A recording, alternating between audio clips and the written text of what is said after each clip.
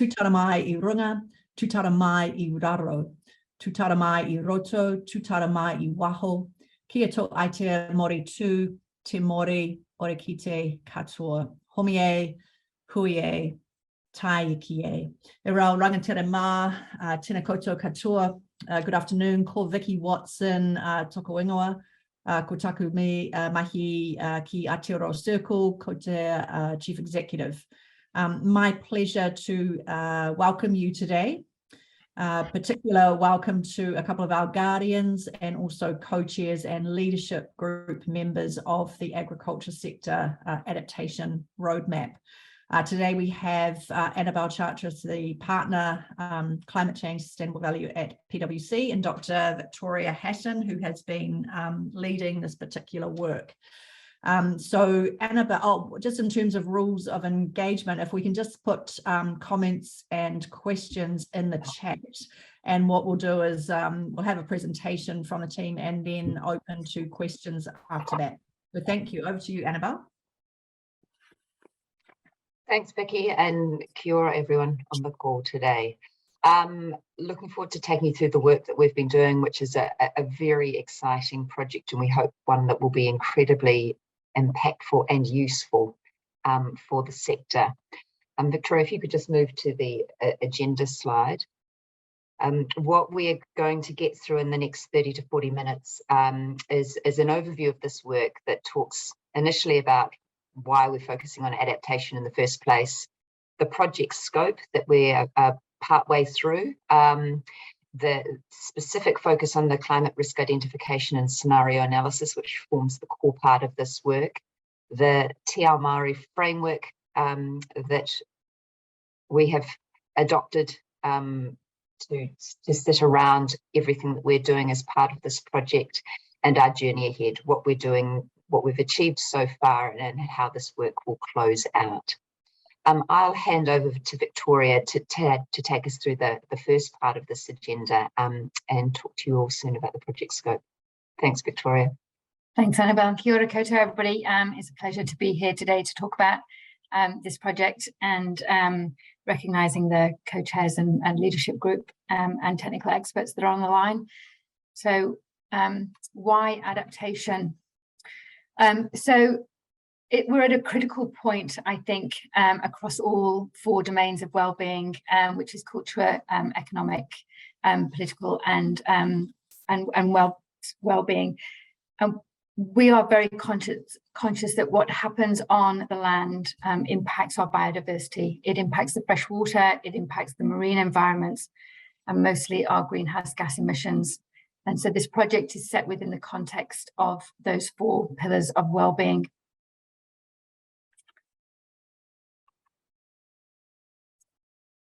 So it's not going to be unfamiliar, this graph or this map of New Zealand, to anybody, I don't think, on this call. Climate change is going to happen. It is happening. Our conversations with NIWA are very clear. We are experiencing climate change, and it will only get worse, and we will need to adapt to that.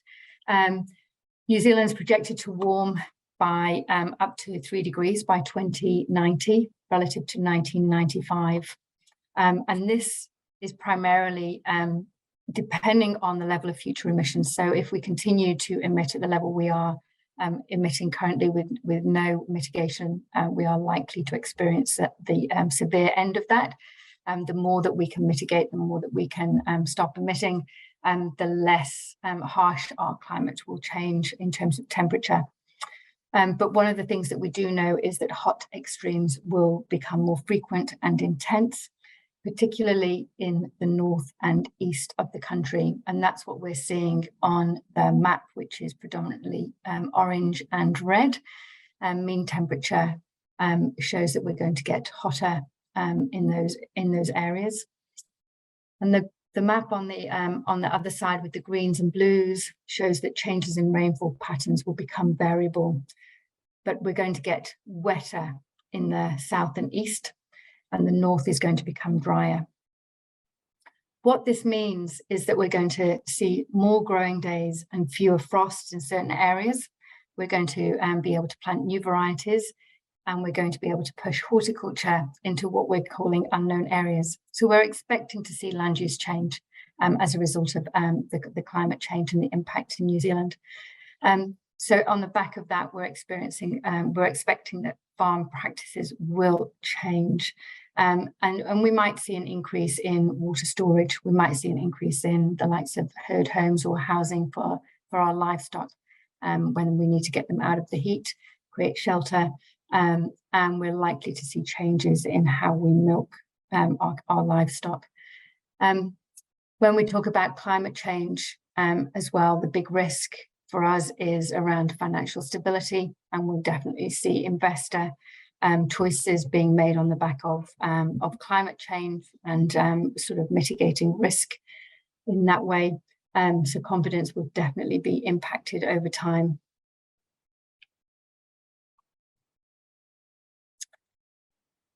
What we need to be very clear of is what we mean by adaptation.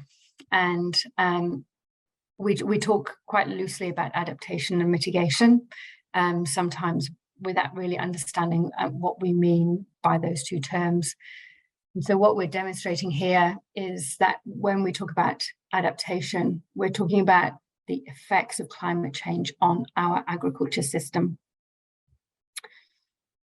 Now, we understand as well that actually you can't do adaptation and mitigation in isolation. And so this also demonstrates that when we are thinking about adaptation, we are naturally going to be also inclined to think about mitigation, because the two do go hand in hand. But the primary focus of this project is adaptation, and some elements of our adaptation plan as well. When we're thinking about the structure of that plan, we're going to be thinking about how regenerative agriculture fits into this.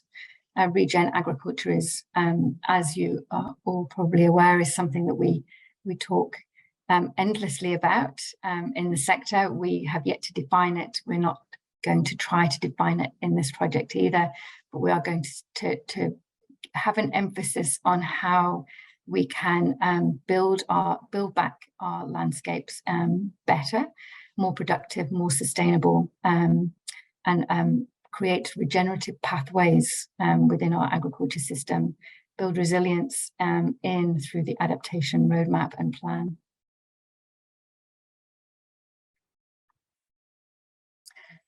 So a couple of quotes and definitions here on what we actually mean by adaptation. We've taken these from the United Nations, which, for those of you who don't know, the United Nations have set sort of a global plan for adaptation and requires all parties to the UNFCCC, which is the United Nations Framework Convention on Climate Change. All countries party to that, New Zealand is one of them, has to submit a national adaptation plan. And so they've come up with definitions which are globally agreed. And what they mean by adaptation, there is twofold definition. The first part is that adaptation are adjustments in ecological, social, economic, or cultural systems in response to actual or expected climatic stimuli and their effects or impacts. So that definition has incorporated the four pillars of well-being, which from a New Zealand perspective is fantastic, since our systems are based on those four pillars. And we've used those and incorporated those within this project. But the other side of adaptation is around changes we'll see in processes, practice, and structures to moderate potential damages or to benefit from opportunities associated with the transitional impacts of climate change. And that really is why we are doing the project in the way that we are doing, which Annabell will talk to in terms of the scope. So we are going to be looking at the physical and transition risks associated with climate change, and we're going to be building those into our adaptation plan and adaptation roadmap. So we're actually taking both of those two parts of the definition and really driving those through this piece of work. And as an outcome of that, we're going to create an adaptation strategy and roadmap of actions which the agriculture sector can implement in response to climate change. And by working cross-sector, we're hoping that that really the sector can see themselves in this piece of work. I'll hand over to Annabell for the scope. Thanks, Victoria. So as Victoria alluded to, if you just go to the next slide, we are working through to do 3 distinct things as part of the work plan at the moment.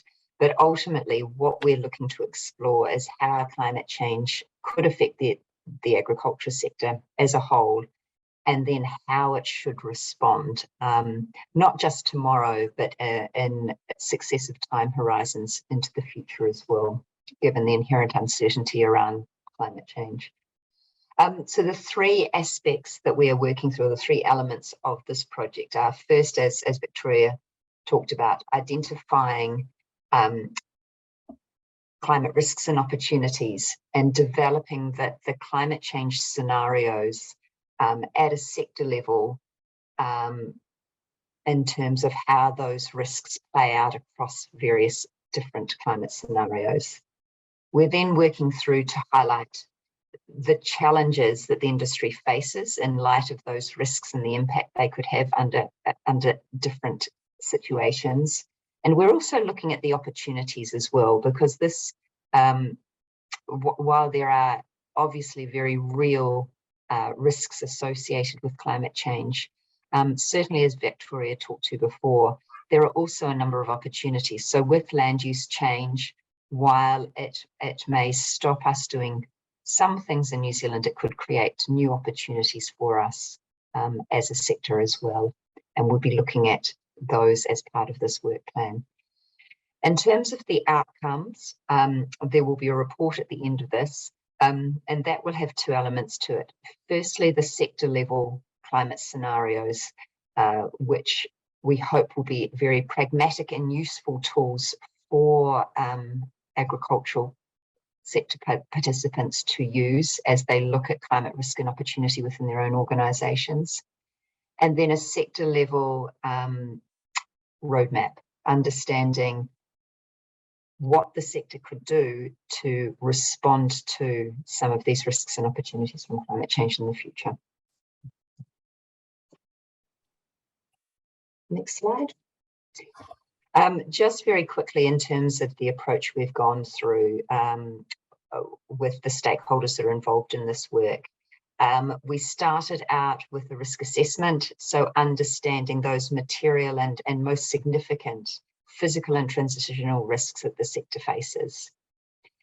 Those material risks are then being applied across various climate scenarios, and Victoria will talk to the 3 scenarios that we have identified and are using later in this presentation. Following on from the scenario analysis, we're looking at the challenges that industry participants are likely to face by looking at the impacts and consequences of those risks and opportunities as it relates to those different scenarios. In terms of looking at those opportunities as well, there are some really exciting things that the sector could take advantage of as it addresses both the challenges but also looks at new ways of operating in the future. Those and the challenges and risks that are identified will be built into an adaptation roadmap, which is the end product of this work, which will hopefully be picked up by the sector and progressed in terms of making sure that as participants in New Zealand in this sector, that you've got a really enduring and sustainable future despite the impacts of climate change. Next slide. From a sort of a broader contextual piece, this work is not being done in isolation of a number of other things that are happening and moving. Certainly there is huge momentum globally around climate change and looking at adaptation and adaptive mechanisms that sectors, and not only the agricultural sector, but every sector in an economy needs to think about. This is sector specific analysis, and we will have subsystem analysis for the sector as part of this. The expectation, though, is that the work that's done as part of this project can then be used at an individual organisation level to drill down into more specific climate risks and opportunities, and leveraging that scenario analysis to look at the implications of climate change on individual businesses in the future. This work, and particularly the sector level scenario analysis, is also a really, really important input into the climate related disclosures legislation that's coming into New Zealand. So as all of you, I'm hoping, are aware, New Zealand was the first country to mandate climate related disclosures. Those standards are almost at their conclusion, and the consultation closed yesterday, I believe. And we will have a set of disclosure standards around climate-related risk ready by the end of the year. 200 organisations approximately in New Zealand will have to report under those disclosure requirements. And one of the requirements is to undertake scenario analysis, climate scenario analysis. The sector level analysis that we are doing here for the agricultural sector becomes a really useful input to developing those scenarios at an organisational level. So this is a really key input into meeting those disclosure requirements, whether you are required to report under the mandatory regime or whether you are voluntarily making disclosures around climate risk and opportunity. Next slide. Just very briefly, this piece of work is not new for the Circle to deliver, and we are following a very tried and tested governance structure that Vicky has ably created for many of the pieces of work that the Circle is leading. The reason it's useful just reflecting on this for a moment is because there is a really, really rigorous governance structure in place to make sure that this is relevant and applicable to as many participants in the sector as possible. And it's also drawing on a number of different points of view. And we'll look at some of the people involved in a minute, but that's just very quickly the hierarchy of governance that's sitting over this project, and the rigor that's applied to making sure the work that's done is relevant and useful for everyone in the sector. Next slide. What's really exciting about the group of people that have been pulled together for this piece of work is that it is such an impressive cross-section of agricultural sector expertise in New Zealand. So you'll see from the names there, and we're showing both the co-chairs. So we're being ably led by Jenny Cameron from MPI and Craig Allison from Ngāi Tahu.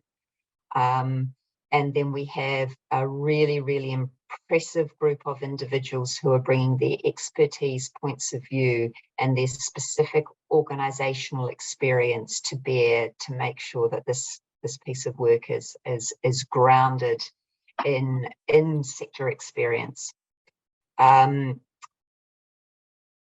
It's an interesting process when you have as many different viewpoints coming together. What I can report is that as we are working through the different elements of this project, we are reaching consensus because of the people around the table, and I think the foresight and the understanding of how critical these issues are and how important it is to seek a path forward for the sector. As I said, Jenny and Craig are very ably leading us in this work, and I think it's a testament to what I believe will be an incredibly useful and powerful final report that we've had the input that we've had from the people you can see on this slide. I'll now pass back to Victoria to talk in a bit more detail around some of the findings and what we've done so far. Thanks, Annabell. So this is where we get to the good the good bit of the presentation. So we've had 3 workshops with the technical expert group. We've had lots of feedback from the leadership group and the co-chairs. So I'll present a few of our early findings. So what we've discovered from working with the technical expert group and the leadership group is we've identified some top physical risks and some top transition risks for the sector. When we talk about top physical risks, what we're thinking about here is those risks that arise from changes to the climate or extreme weather events. And there's 5 top risks in this group. The inability for existing practices to maintain productivity and output. The inability for the agriculture industry operators to access financial products, which include insurance, and it's really important that we include insurance in that. Increased volatility in production and reduced ability to get product to market. I think the extreme weather events we've had over the last several weeks and months actually have demonstrated that for some farmers it's going to be quite difficult to collect milk, or even to get feed out to animals, or to get crops in when we have high levels of rainfall and we've got water sitting in paddocks and in fields with crops. The increase in new or current pests and diseases. I think the sector is becoming more aware that as climate changes, actually we don't know what's coming in. It's about not knowing what's heading our way in that regard. And then the final one is around water stress and lack of water security. And for this, it's about having too much or too little water. And it's about the quality of the water that we could get access to in areas across the country, sort of thinking back to that map of climate change and rainfall, precipitation change. Some areas are going to have too much when other areas are going to have too little. For the top transition risks, these are risks arising from the process of adjusting to a low carbon economy. And we have 6 top risks in this space. The inability for the sector to develop a whole system approach to build resilience for effective adaptation. I think it's great to recognise this and this was the top transition risk. We're hoping that this piece of work actually will aid the sort of, I'd like to say, the mitigation of this risk. Having an adaptation roadmap that the sector can lean into will be a good first step. Loss of identity and the degradation of Maori for our rural communities and our agriculture sector operators. Maori being this sense of well-being, and that's well-being for everything, not just for people. And I think it's really important as we work through the project and understand how important this sense of well-being is to all players in the agriculture sector. And the inability to access and maintain public acceptance to operate in key markets. And alongside sort of the failure to understand and meet changing consumer preferences in the market, I think we're already seeing sort of the role that consumers can play in changing markets and changing how we're driving products into market, and the issues around livestock, your milk and meat protein versus plant protein. The inability for the sector to keep up with the rate of global technological change. We're seeing conversations around GMO and things like that happening outside of New Zealand that we probably need to be aware of. And then the final one is around policy and how policy could become misaligned with the needs of the sector and how it operates. And as we're heading towards sort of transitioning to a net zero economy, whether the sector can keep up with policy and vice versa, whether the policy that is being set is actually living up with the needs of the sector. So what we've done is we've taken these top physical risks and we have worked with the subsystems. So we've done subsystem deep dives in 5 subsystems: broadacre cropping, sheep and beef, forestry, horticulture and dairy, To be aware, the horticulture subsystem hasn't yet finished, so there could be more to be built into this space. But what we've done is we've worked with subsystems to explore hazard, vulnerability and exposure. And we've identified the top risks that affect them most. And when we talk about affecting them most, these are the risks where they feel most extremely exposed and extremely vulnerable. And what's interesting, we've literally, this is hot off the press, we've done this in the last couple of days.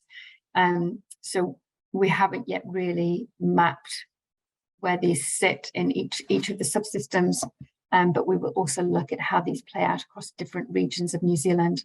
So when we're thinking about adapting to rainfall and temperature change, how these risks are playing out across those different regions for each of the subsystems.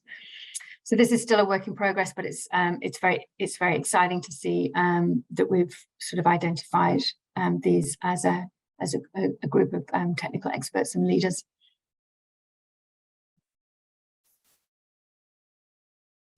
So then we come into the scenarios, and we are exploring 3 scenarios within the scenario matrix.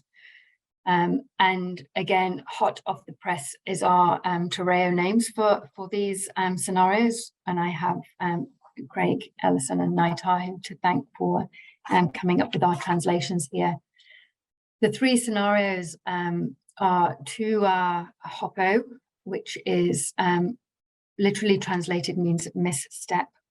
And that is our disorderly scenario, which has delayed transition. A late but rapid and disruptive transition to net zero. I'll go through, I've got more detailed slides on each of these. The second scenario is 2R pi, which is stance in order or step in succession, which means is our orderly scenario, which is on net zero 2050 scenario, which is a smooth transition. And then our third scenario is 2R tapapi, which is faulted step or to fall, which is our hothouse scenario.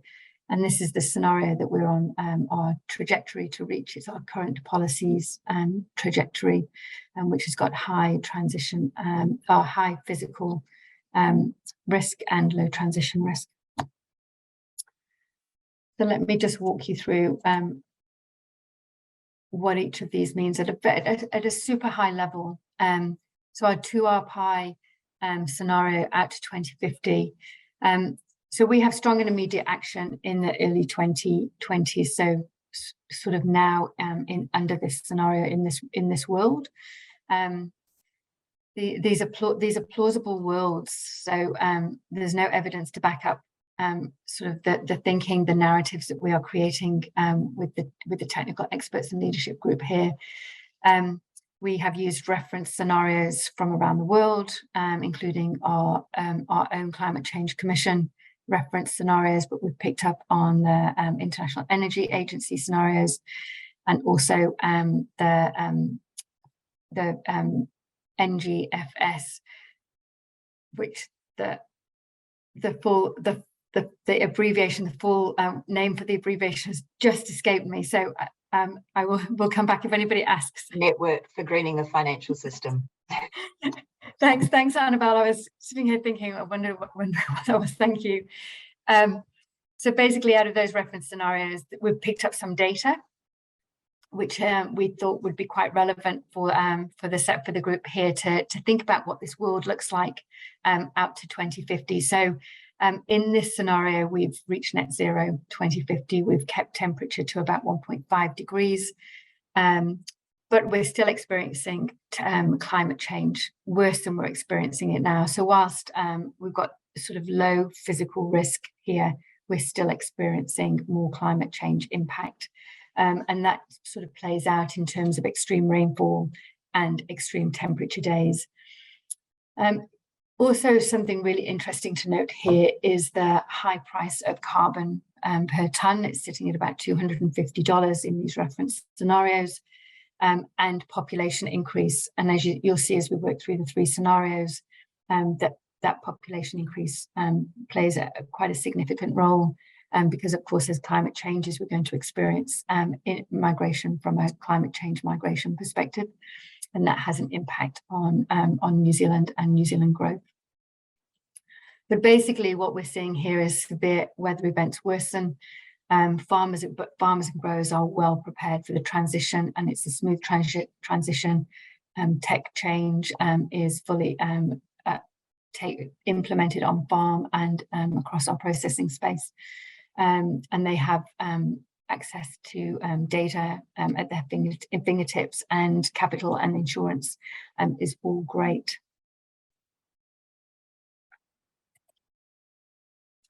To our HOPO, our disorderly scenario, again, we've picked up the same data points, so you can have a bit of a reference and see how these are changing. But in this scenario, we are on track to limit our warming to 2 degrees, so the Paris Agreement is still met, but we have a very delayed transition, so we're looking at sort of 2032 before we do anything about it. And that's because we've missed our first NDC target, and so we move quite rapidly after that, but still don't make the 1.6, but we keep on track for Paris. Globally, the temperature is sitting around 2 degrees, but New Zealand doesn't warm quite so much, but we still have extreme rainfall days are increased, and extreme heat days are increased. If you think about where we're sitting currently on our rain days and our extreme heat days, I don't like the prospect of having another 20 extreme heat days. And when we talk about extreme heat, we're talking about anything over 27 degrees. Again, we've got a high carbon price, and that is to help the transition and help shift away from high emitting practices. But we see population has increased because of the climate change around the region, and New Zealand being a safe place for climate migrants to come and settle. For our agriculture community, what we're seeing here is that there's insufficient succession planning, and that we will see parts of the sector, what we're calling fall away. So they will transition out of agriculture because they're struggling to remain viable. Some policy that's implemented leads to perverse environmental and economic outcomes. So in this scenario, we're probably looking at the planting of exotic forestry versus natives in order to help us get out of jail free card with our emissions, and soaking up our carbon from the atmosphere. And then we've got our final scenario, which is to our tapapi, which is hothouse. This is where we're currently heading, and I think this, for me personally, is quite scary. This is our current policy trajectory. And what we see here is that emissions continue to rise unabated. Our temperature is warming 2.4 degrees, but heading quite swiftly towards 3 degrees. And we are seeing severe physical impacts from climate change. And if you think about some of the numbers that were picked up here, 22% more extreme rainfall days, which is quite hard to imagine given what we've seen in Nelson and on the west coast of the South Island in recent times. Imagine that another 22% more times. And extreme heat days is sitting up there at another 30 days, which is a whole extra month of hot extreme weather. Interesting here for the carbon price, it's a lot lower because there's, which it sort of reflects the pace of the transition change. People are still using high emitting processes. There's no stimulus to move out of that practice. And you can see the low levels of native forestry here because we're not really paying attention to our biodiversity at all in this scenario. It is currently quite low on the agenda. but we're seeing a rise in population, and so we're becoming more urbanized land. We're seeing urban sprawl at the cost of agricultural productive land, and so from a sector perspective, we're seeing shrinkage as it struggles to maintain, and we'll see a struggle to maintain food supply. So when it comes to food security, we're likely to see more domestic food insecurity take place. So the outlook from this perspective is not so great.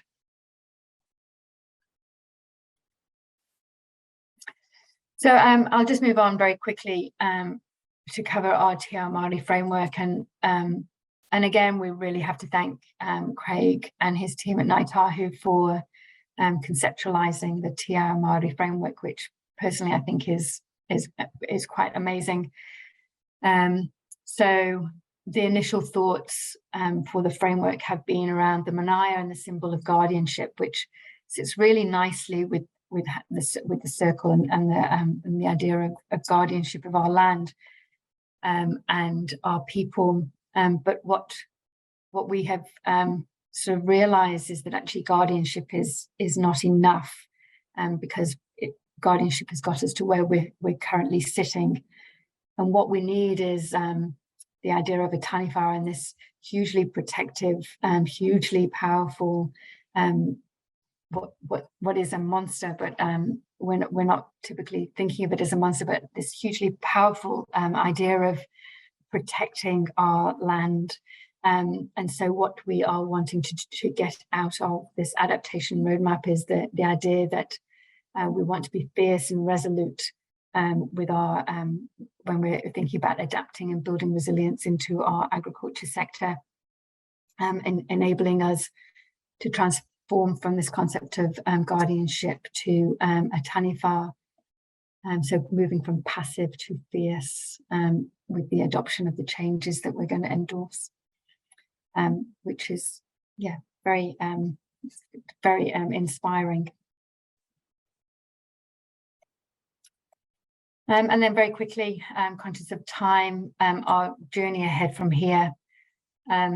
So very quickly, we start our final face-to-face workshops this week, looking at the opportunities that are open for the sector, and then starting to build out our adaptation roadmap.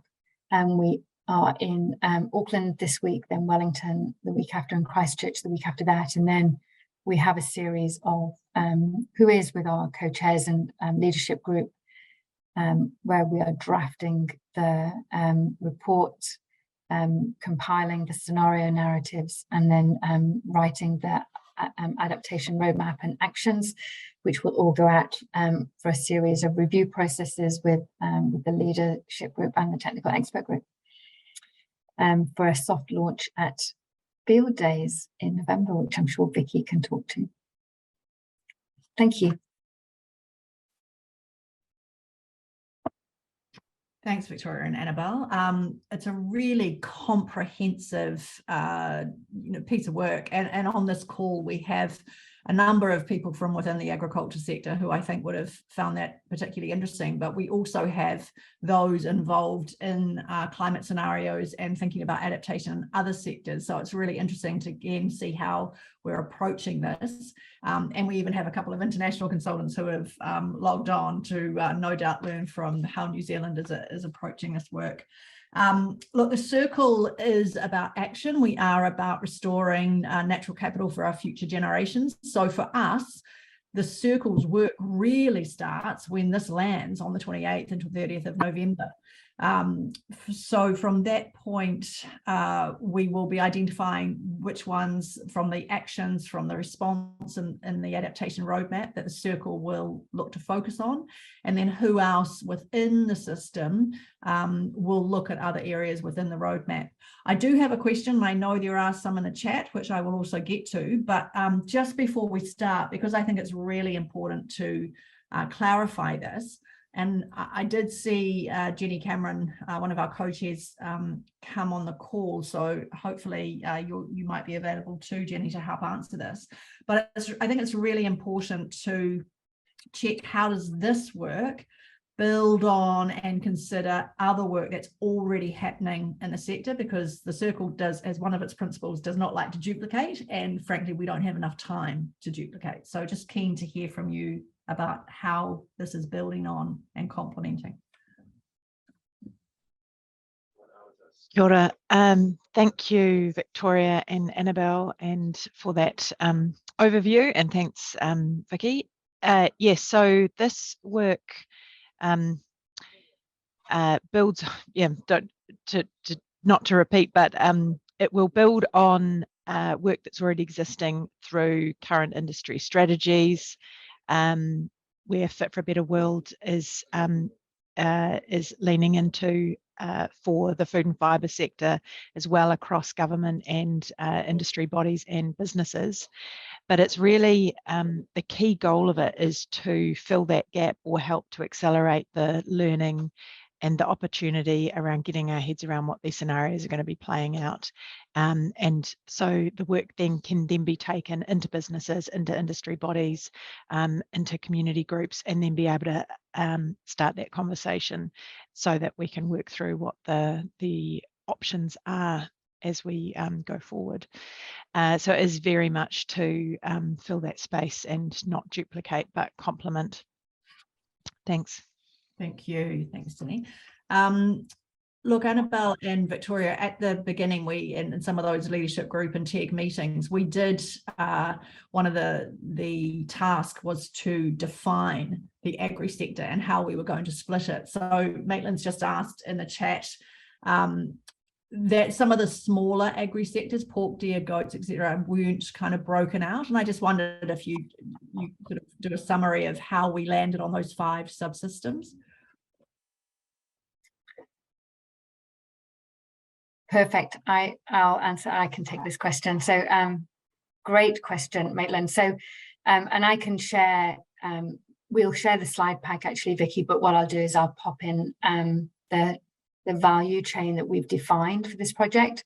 And what you'll see, Maitland, is in that supply chain that we have broken down all the elements of the core agriculture sector, and pork is one of those in that core, in the core sector. What we haven't done is included pork in our subsystem deep dive, but we are anticipating that the scenarios that play out and also the risks are applicable for all of those core agriculture sector components. And the leadership group and the technical expert group were very clear at ensuring that that core included everything that we could. So I'll put that in the slide pack and share it. Thank you. Again, when you had the slide with the key physical and transition risks under those 5 subsectors, Billy's just making an observation that we didn't have wildfires as a risk under forestry, and I just wondered if that came up in any of the discussions with the TEG or LG. Yeah, so we actually with the forestry subsystem, we talked about fire, and the fire risk is included in the extreme weather, and they've recognized that fire is a huge issue. But because of where forestry is spread around the country, what they recognized was that that having a fire in one part of New Zealand actually wouldn't extremely expose or didn't create an extreme vulnerability for the subsystem as a whole. And that's some of the narrative that we'll pick up when we write the report, because they believe that fire would be contained in one part of the country at a time, which would enable the forestry system actually to rebuild and to regenerate. Because when we looked at those, the vulnerabilities and exposure, it was around the subsystem as an entire system rather than just in particular regions. Good question, though.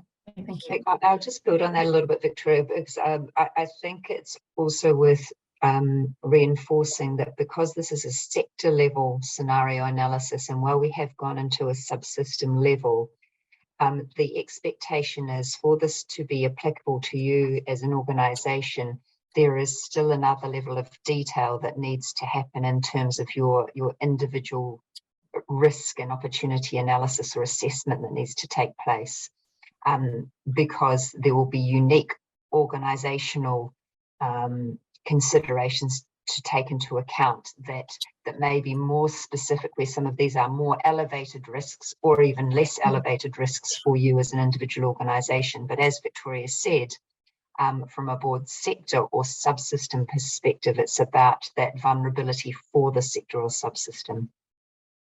Thank you. Rebecca, I'm just going to answer your second question first, because it is really relevant.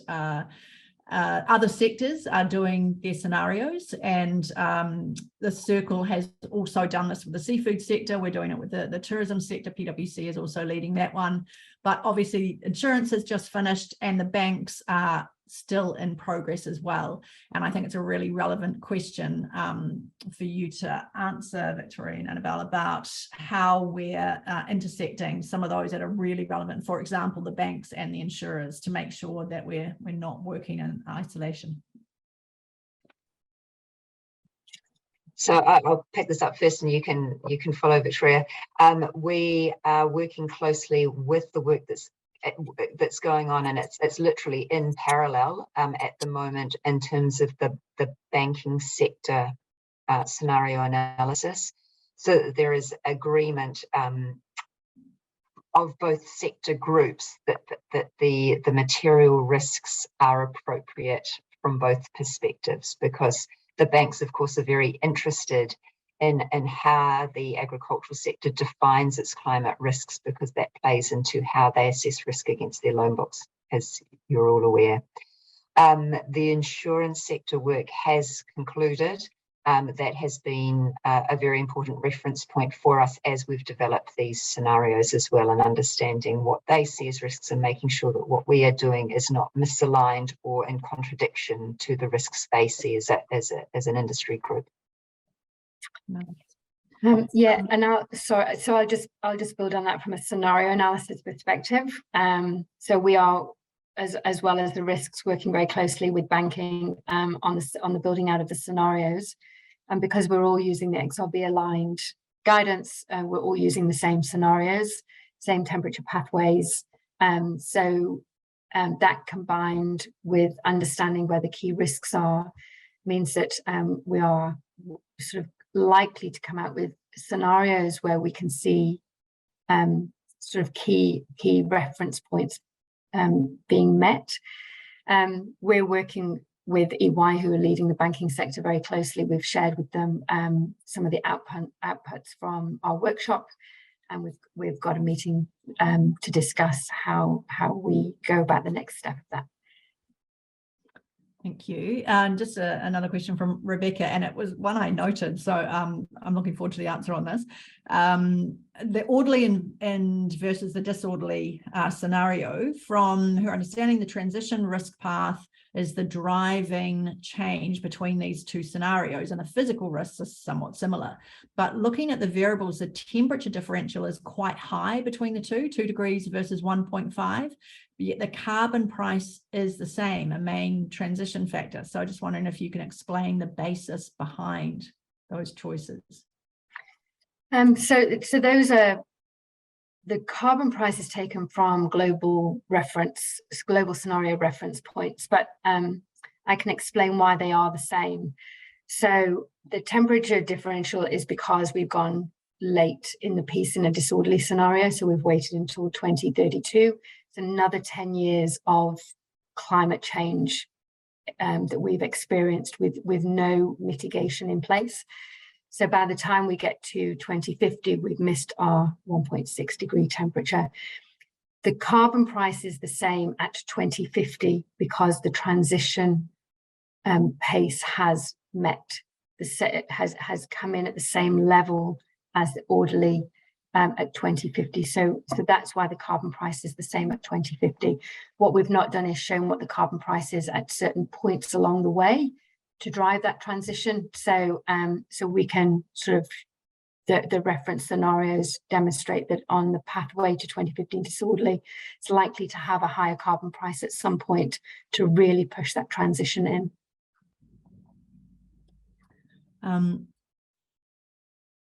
Thank you. What knowledge is there of the existing programs and structures in place at ground level from floods in 2004? The Horizons region has been working to become more resilient. Where is the funding focus to support the work rather than the reports from above? Does that make sense? If I missed out, highlights weather events such as the West Coast flooding yet appear to not acknowledge the real threat. Oh no, that's a separate one, sorry. So what knowledge is there of the existing programs and structures in place at ground level? Floods in 2004. Yeah, so in terms of weather events, so we're working with NIWA. So our weather data, our regional weather data has come from NIWA, and we're working that in with our subsystem deep dives to understand which regions are likely to be most impacted. And that will build into our adaptation roadmap so that any sort of adaptation actions will, I guess, take into account some of those more severe outcomes in different regions. But there is also a piece of work that's being done by our Land and our Water Challenge looking at scenario analysis specifically across the regions in the more detailed deep dive. Thank you. Look, we have time for one more, which I've got. The sector, how is the sector responding to these climate scenarios in terms of their appetite for change? Because we all know doing climate scenarios is, an exercise, but if no one's going to actually do anything out of it, it's a complete waste of time. So what is that appetite for change like compared to also others? Like we've done our tourism workstream. What's your experience of that? If I can start with an answer to that, it's probably less what is the sector doing and what is the appetite for change, less related to the scenarios, because they in of themselves are just an input that paint a picture, a plausible picture of what could happen in the future. It's appetite for change or an understanding of the urgency of needing to act that is being driven around the adaptation roadmap that we're developing. So that is literally a work and play with the participants in this project at the moment. And as Vicky said just before, it's almost as if the work begins once we finish this in terms of how the sector itself, both from a public and private perspective, picks up the actions and initiatives that sit in that roadmap and start to drive them forward. What we are seeing from the level of engagement and I would say the nervous enthusiasm for this work is that there is real appetite to change and there's real appetite to progress solutions to ensure that the sector has an enduring and sustainable future. Thank you. With 3 minutes to go, we're going to have a record. I promised one more question, but it has come in. I'm interested to know whether energy scarcity is being factored into the work. That will be a limiting factor, and it will be important not to transition to energy intensive systems that fail in the longer term. It's absolutely definitely come up in conversations around the technical expert group and the leadership group. And I suspect that when we're thinking about the opportunities in the next phase of workshop and the adaptation roadmap, it will become more prominent in the conversations as a sort of a limiting factor for progress. But linking into the energy roadmap that's being done, Vicky, from the Circle's perspective will become quite important as well. Marvelous, thank you. Thank you, Annabell, Victoria, for your incredible work that you have done over the last 8 months. I think we've, although the planning for this started about 11 or 12 months ago, and look forward to that coming out in November. We will be posting the slides from today, and obviously a copy of the webinar will go out on our LinkedIn as well. But thank you all for attending, and look forward to seeing you next time. Kamutu, kia ora.